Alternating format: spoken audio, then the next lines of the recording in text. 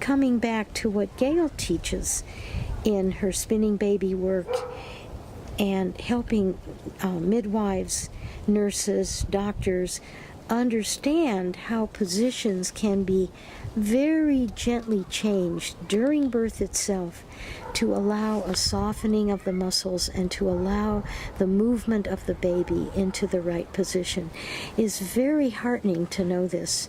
And when caregivers know it, they can speak with much more confidence and calm to this mother, whether it's a first-time mom or subsequent babies, because I think that's one of the worries that parents have is the malposition. And we know also that if people are given an epidural too early, this can also create a malposition. And how do they get out of that? Which today, with this very gentle positioning that Gail teaches, can actually alleviate and change and maneuver the baby around to the vertex position. So one of the things I think that I want to address as a larger issue here is how we talk to women in this very open state. And attitudes, words, beliefs, all kind of physiological, nonverbal actions create fear. So I want to say that, first of all, during the whole perinatal period, women are extremely open. And they need to be open because physiologically the human body needs to be open to take on the pregnancy. It has to come in there and have room to grow and develop. And women need to be very open physically to actually give forth the birth. Parents, mothers and their partners need to be open psychologically to take in this new baby. But what happens in such an emotionally open state? One becomes much more vulnerable and susceptible to both overt comments and unconscious, hidden meanings in communication. So there are many ways that we send messages. Non-verbally, we send messages in tone of voice, in looks, in gestures, in different kinds of vocalizations, in all kinds of facial expressions and physical gestures. The intensity of a response can have a different meaning. Even the word no. If you say no, no, no, no, no, can just change the entire dynamic in a communication and how it's received. So many of these things, face-to-face communication, eye contact, depending on how it's meant, what the intention is, can indicate the woman either fear and concern and worry, or calm, comfort, confidence. So let's remember that there's a whole body of knowledge today in mirror neurons. And mirror neurons are a wonderful development that is now being investigated and understood. Researchers in Italy, what was his name, Razalotti, and his colleagues were studying how monkeys imitate and respond. And they had different electrodes on the monkey's brain, and they were noticing what monkeys do. When there was a period when the monkeys were not being tested, but they still had these electrodes on their brain, one of the researchers was just walking in the laboratory and went to get a cup of tea. And the monkey had all these aspects of the brain activated, and the monkey began to pick up the intention, the intention of the researcher, more than even the action, and picked up the intention I believe, before the researcher did what he was going to do. And the researchers were so amazed. How does the monkey pick up some intention as well as the action? This was very profound. So they began to study what they called mirror neurons. And a whole body of knowledge has come out of this. And I am probably not describing this perfectly, but what it means is this can be the seat of where empathy is and where intention is, that at a subliminal level we are sending these messages and we are picking them up. And this could be, can you remember a time when somebody gets cut and you shiver? And it's not with you at all. It could be a stranger, but you see it and you have this reaction. And of course it could be even bigger and more strong if it's somebody you care about. So you're picking up something that's going on in the other person. And of course we know that this is one of the ways that we send messages of caring and of distress and sort of positive intention or negative intention, unawarely. All right. So now we know that pregnancy in this open state makes women very vulnerable to danger. And danger activates the sympathetic nervous system, all the adrenaline, cortisol, norepinephrine, noradrenaline, the fear responses and hormones. And they're important in times of danger because it's a survival mechanism. If Marshall was describing a monkey being in labor, and if somebody just sits in front of a mother monkey in labor, without any intention to scare the monkey, but the monkey, being a mammal, doesn't know if that person in front of them is safe or not. And that mother monkey goes into fear, and adrenaline stops the oxytocin-producing neurons from the hypothalamus that keep labor going, and stops that, inhibits it, and those contractions stop or slow down, and that mother has to flee to save her life. But in the human mother, Regina Letterman did studies which showed that under stress, the human mother's labor stops or slows down. And again, this may be that innate need to protect oneself if there's a potential for danger. Well, have you ever had mothers in good labor at home, and then they need to go to the hospital and labor stops?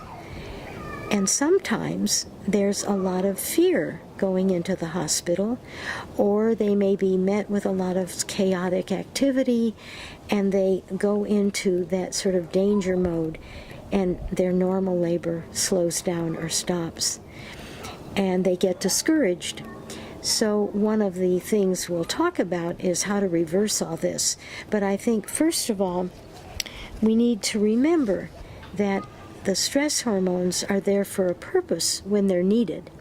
But when they come in labor, certainly in this whole beginning period of labor, they can interfere with the natural labor-producing hormones of oxytocin, the beta endorphins, and these later on the prolactin and so on, which are the hormones both of love, of calm, of analgesic response, of healthy contractibility, the pulsatility of the contractions. And these hormones of love and labor are so powerful for helping labor stay and maintain in a natural rhythm of that particular mother and baby. So how do we reverse the fear? And I think that this is what we really are looking at. What can we do and what can we help I made a list of these things. So we want to reverse fear. We want to reverse the sympathetic nervous system to the parasympathetic system, which is the calming, quieting, comforting system, allowing labor to continue and mothers to feel secure and balanced and supported. And one of the ways we do this is, first of all, communication. So we are aware that oxytocin is actually produced with eye-to-eye contact. As long as it is loving kindness, it is calming, it is sent with the intention of you are safe, you are in good hands, you are doing well. The next thing would be touch, an appropriate touch, massage. And there are ways to massage the mother during labor. Tiffany Field did a wonderful study on the effect of massage. And doing 20 minutes of a particular kind of massage down one side and down the other side, if the mother is comfortable with massage, for every hour of active labor. It shortens labor by 50%. It again activates more and more of the oxytocin factor. Breathing is one of the most important methods to help mothers with mindfulness breathing or yoga breathing, where she's really moving into noticing her breaths, deepening and calming breathing. And this is something she can learn very easily, and this is very, very healing, empowering, and calming, and allowing that great oxytocin to be activated. Imagery, visualization, self-hypnosis are other ways to bring all of these calming hormones into play. And again, oxytocin, beta endorphins, and these hormones, which are the hormones of love, the hormones of calming, the hormones of connection, the hormones of bonding, and they are physiologically the most powerful hormones. They create analgesia, they create calm. Sometimes women in labor can actually fall asleep between contractions because of the power of these hormones. So I think that we have learning the different methods of walking and the methods of that Gail is teaching of shifting malposition into a comfortable position, into maneuvering the baby. The midwives can do this, and actually doulas who are not doing medical caregiving but can learn the physical techniques of massage and movement in particular ways to release the tension in the mother's muscles, in the perineum, and in the uterine walls of the muscles, to allow the baby to move into the right position, can be so comforting to the mother that her body and baby know exactly what to do when there's a little guidance and the fear is reduced. And I'm teaching mothers to give little notes to the caregivers of sentences to say, you're doing really well. Your body and baby know exactly what to do. Let's try this little maneuver which will soften those muscles and allow the baby to move into the perfect position in vertex. And as you're relaxing into this, your body allows that, the Ferguson reflex, which is a powerful oxytocin push and rush of oxytocin into the body, allowing the baby and contractions to work perfectly in harmony. And many women have said while they're in that state, they really prefer the quietness of the energy around them that validates them, rather than the chaotic rush that often comes in when caregivers aren't sure what to do or they quickly want to move. So I think we have many methods. Again, face-to-face, touch, calm, words that are comforting, calming confidence leading and helping the mom know what's happening. And her own visualization where she sees the baby moving into that position. Many mothers had said to me, oh, the baby's head is going down so it goes underneath the pelvic floor into that perfect position. I see the muscles softening. And as you're breathing, as you do a little body scan with your breath, anytime there's tension, you can let your breath, that warm air, melt the tension away. It's such a good feeling. One mother said, oh, I feel the cervix is opening and opening like a beautiful flower. And all the tension is melting away, and one woman said, like golden butter. It was so soft. I thought that was a lovely image, too.